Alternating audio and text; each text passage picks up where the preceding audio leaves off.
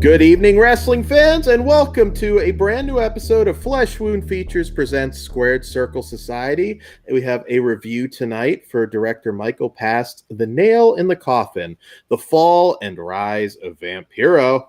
And we'll get right into it. I'm very excited to cover this one. Just dropped today on VOD, so all right. So from the press release, semi-retired professional wrestler Ian Hodgkinson reveals the harsh realities behind the glamour of being in the world of wrestling as the infamous Vampiro. A lucha libre legend, Vampiro tells the astonishing story about his meteoric rise to fame in the 90s and how it almost killed him. Yet none of that was as backbreaking as his current life, working behind the scenes as the director of talent for Lucha Libre AAA in Mexico City and Lucha Underground in Los Angeles, while simultaneously raising his teenage daughter Dasha in remote northern Canada as a single parent. Unlike many professional wrestling documentaries before, director Michael Past has constructed a fascinating and heartfelt look at a wrestler who has overcome and continues to battle with physical injuries, sexual abuse, and drug addiction. Not to mention the wild stories of working for Milli Vanilli and wrestling alongside the punk rock band The Misfits. Vampiro's stories are multifaceted and completely enthralling. Told through an engrossing collection of home videos and personal interviews with his closest friends and family, Nail in the Coffin is an intimate and genuine look into a single father grappling with fame, the pressures of professional and personal responsibilities, and his own mortality.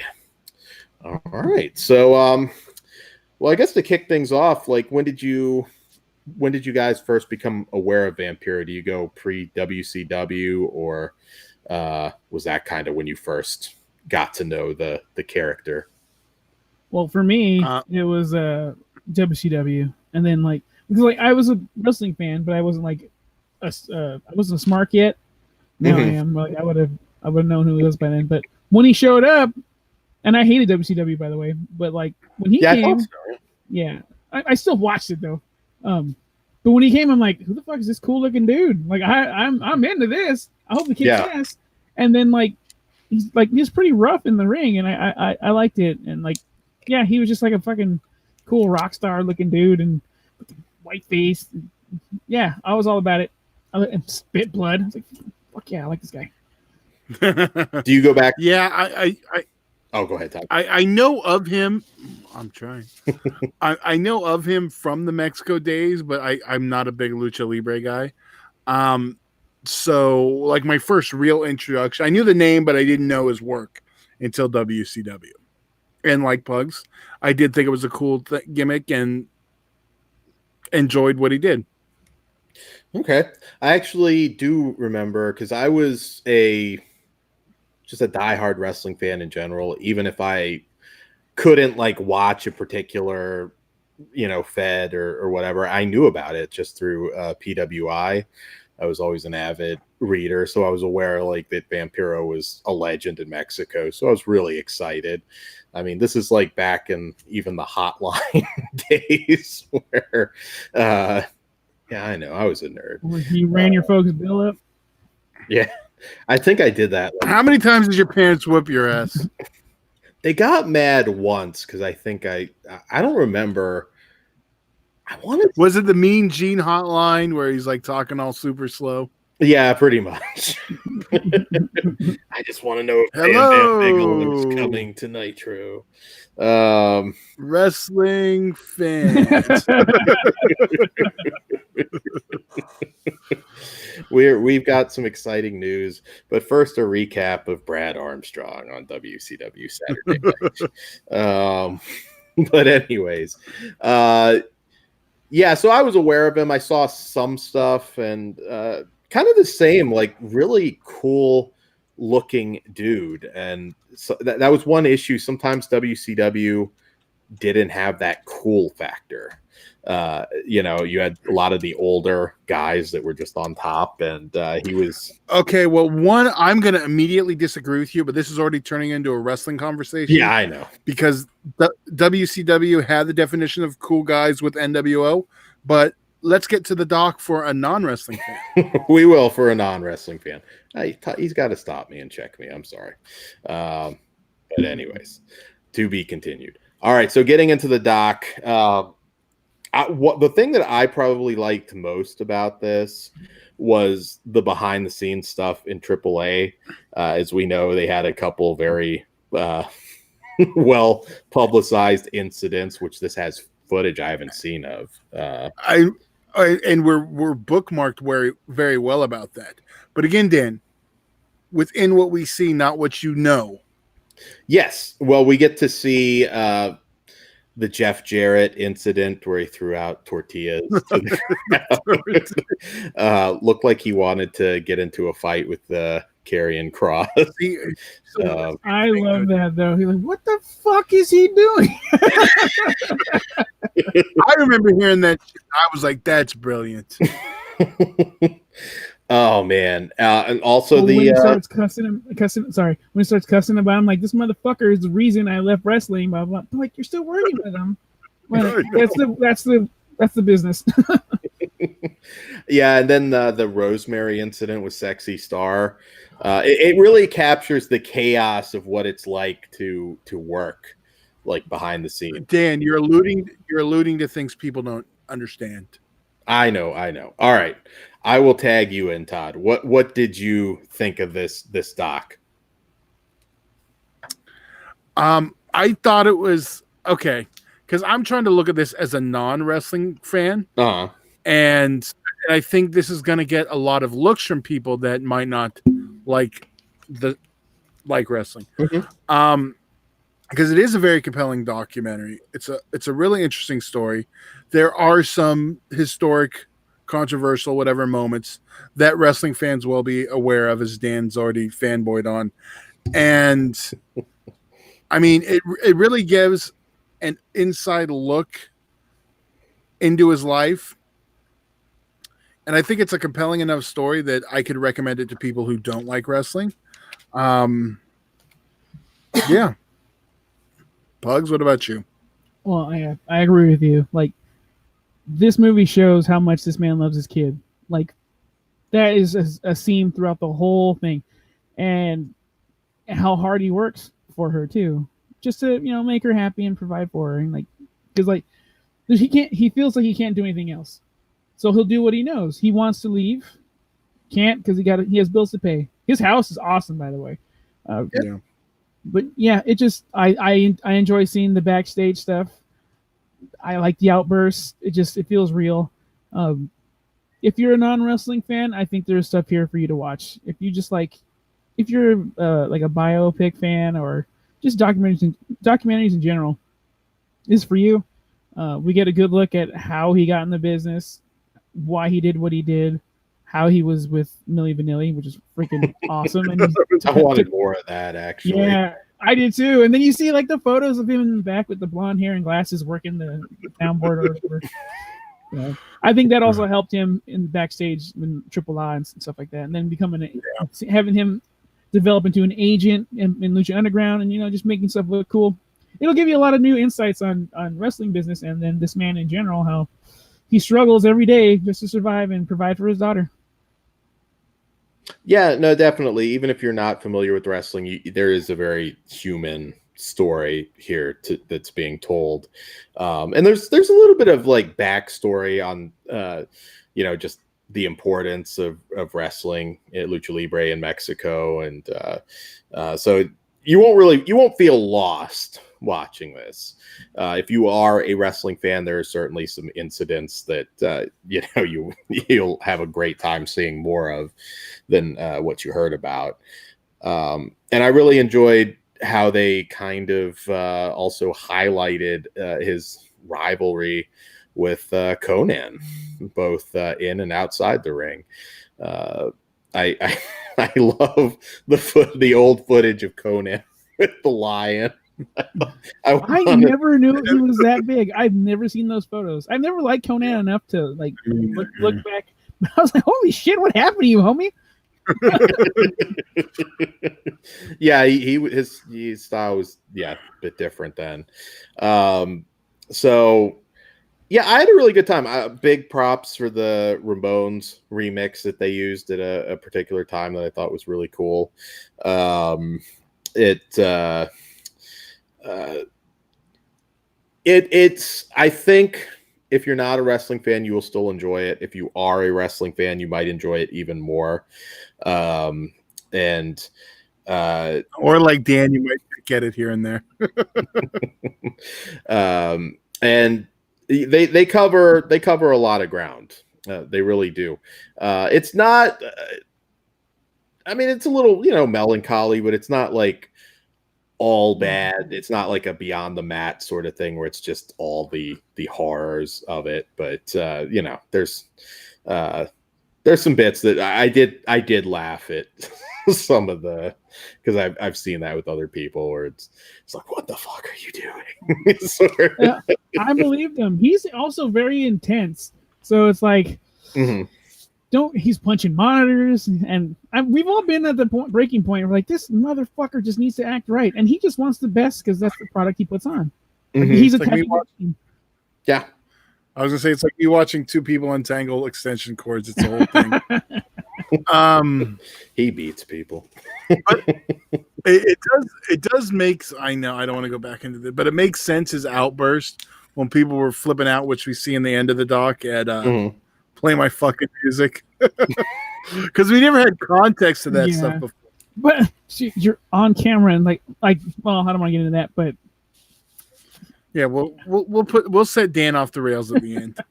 Yeah, so we'll just call it the wrestle talk portion where we get more into that part. But you know what? When Kevin Cross knows something was wrong, and that's a cool insight. We're like, yeah, I'm asking him through my teeth because, like, you got to check on your boy. Like, even if you don't, you'll learn through this, and you may know already, but like, wrestlers really don't want to hurt each other, and like this documentary shows, like, once you break that rule on purpose, that's a deal breaker. But like, he figured out, like, oh shit, you all right? What's up?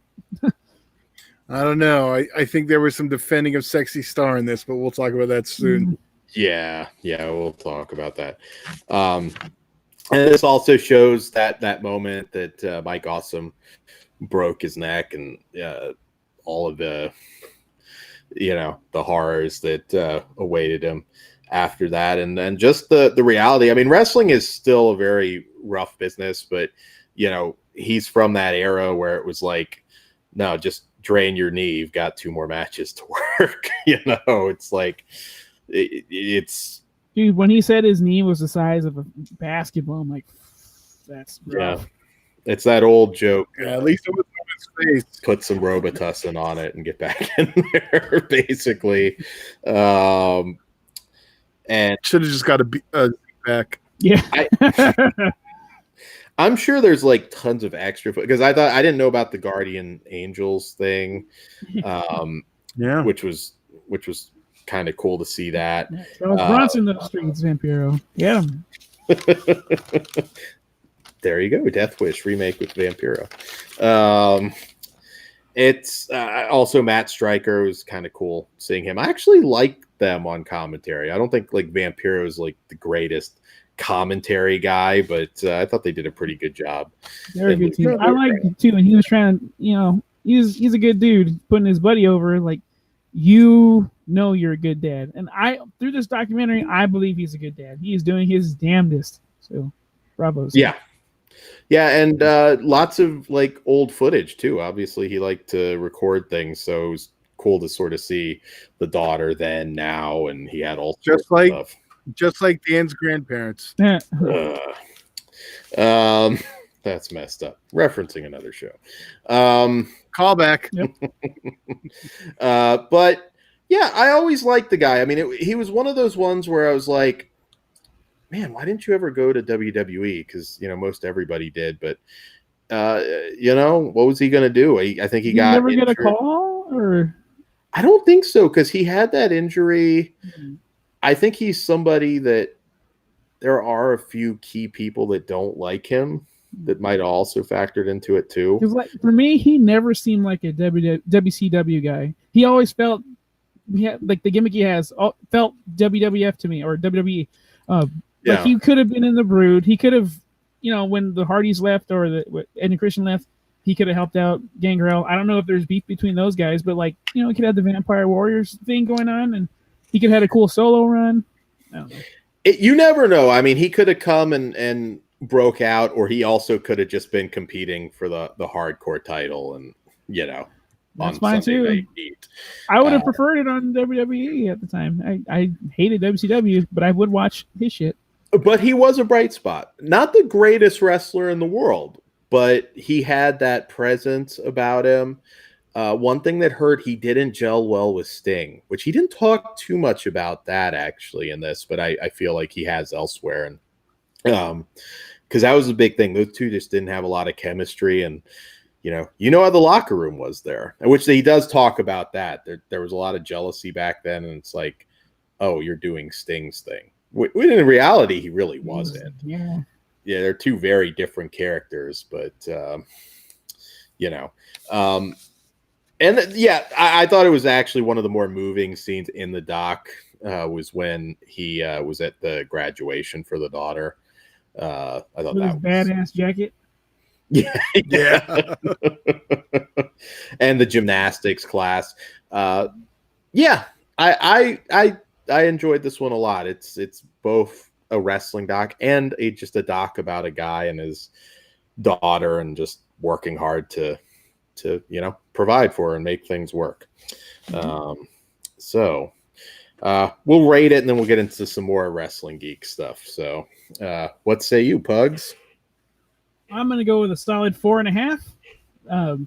It didn't give me a lot of new information except one big tidbit that I guess was announced, but I never knew. So that kind of hurt, but I do like Vampiro. I do dig his work, and all the best to him. 4.5. And what say you, Todd? I'm a 4. I really liked it. I enjoyed it. Works great if you're a wrestling fan. Works great if you're not. So I think it's one to check out if you're a fan of documentaries or wrestling. Absolutely. Or just good stories about people. Absolutely. I'm a 4 as well, and we're going to get into some just a couple more geeky wrestling things. So if you're not a wrestling geek, but be sure to support us at patreon.com/fleshwoundfeatures. It all starts at $1. We've got early, original, uncensored content. You can see Todd yell at me a little bit, like Vampiro. You're doing it wrong, God damn it. Well, to be fair, you were doing it wrong. Shit. So yeah, you can see that. You can also fleshwoundfeatures.com. Check out the eBay stores. We got some good merch up there. We've also got Facebook Horror Cartel Flesh Wound Radio group, and like the Flesh Wound Features Facebook page as well. Flesh Wound Radio on Twitter. Stalk us on Instagram, and be sure to like, share, and subscribe here on YouTube because we're still fairly new to YouTube, so that helps very much. And all right, so we'll just geek out with some wrestling talk to close this. Some more geeky stuff. I loved the footage. I loved when Jarrett was just sitting there trying to fight Cross. The temptation. Jarrett's a tough guy, but Cross will fuck that dude up. I can't believe anything else. I just want to know where Karen was to hold him back. Karen's like, ew, I'm not going to Mexico. They should have just let him go. It would have been kind of funny. I mean, they should have, but they can't. And I do like when Vampiro apologizes and Cross is like, yeah, it's all right. And Vampiro's like, no, it's not, because Vampiro's right. It's not right. But, shit gets you in the back. Mm-hmm. What are you going to do? I think that would have been a very brief fight. I don't know. When you're drunk, you don't feel as much pain. All the backstage stuff really did make me want a guerrilla documentary, not on Monsoon, but just everything that goes on in the production. That's just cool.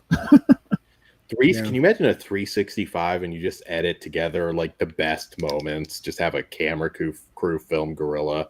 That would be awesome. Yeah. I mean, we've gotten brief bits, when Vince basically told Kevin Owens his match was shit. But he look too, because he just deflates Yeah, it's like are we good? It's Fuck like myself no. over here.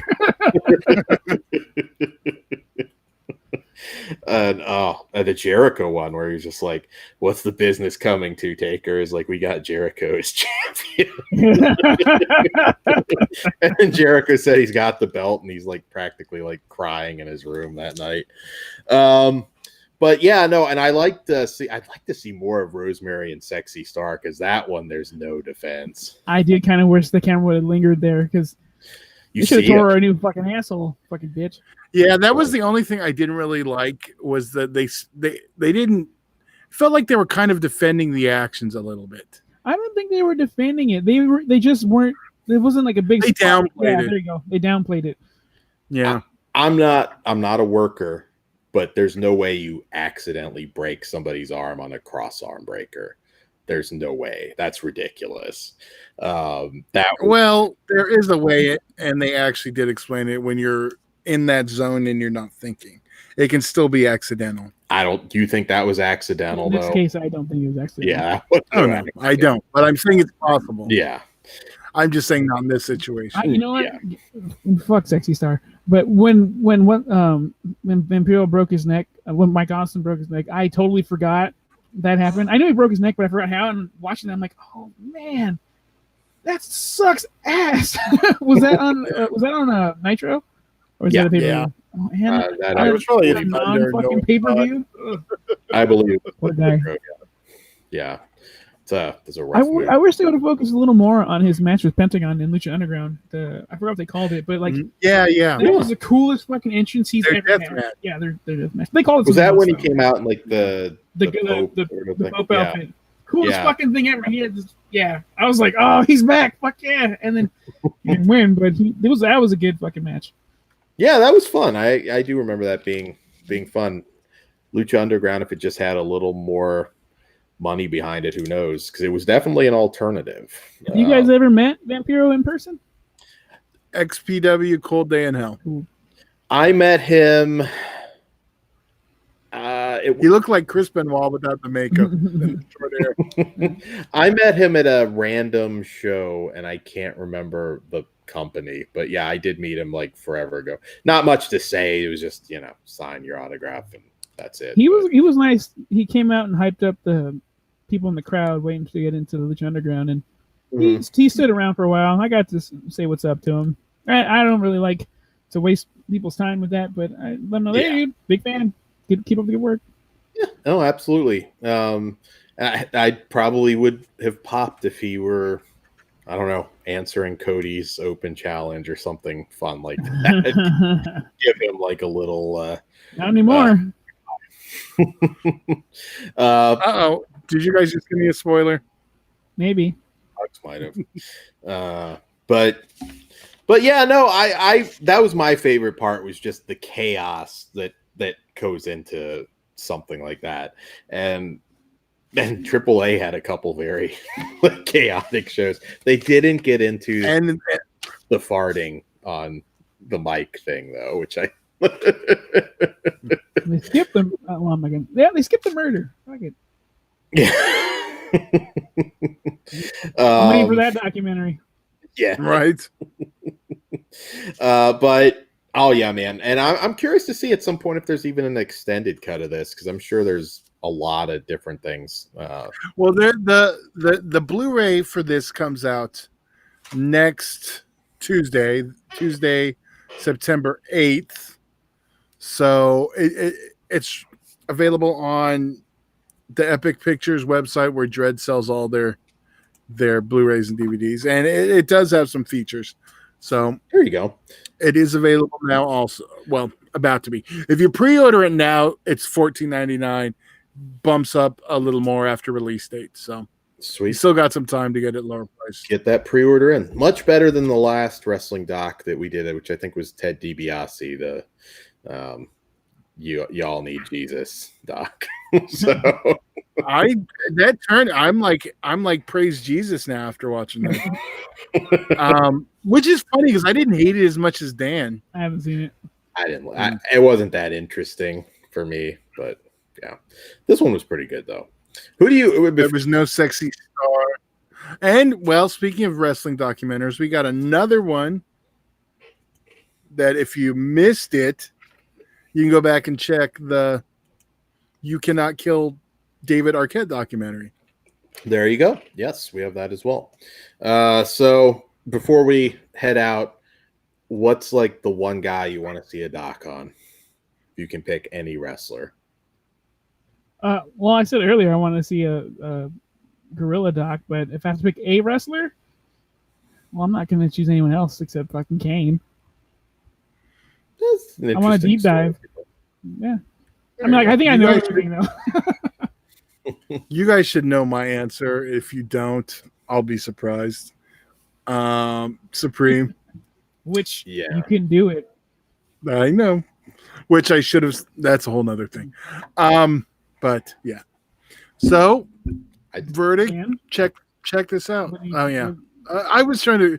I was just going to say Robert Black, but I think that'd be interesting. Yeah. All right. So I expected Benoit from Dan. I do too. Well, we kind of have docs on him, so you know we kind of got that. Yeah, we do. We have the 2-part. Yeah, from the Dark Side of the Ring. Yeah. See, there's a whole bunch of docs we watched. Then technically, Dan. Yeah, and we'll get that Benoit movie maybe someday. All right, so that's all we got for you guys. Good night. Wish you Maxwell. Hail shine.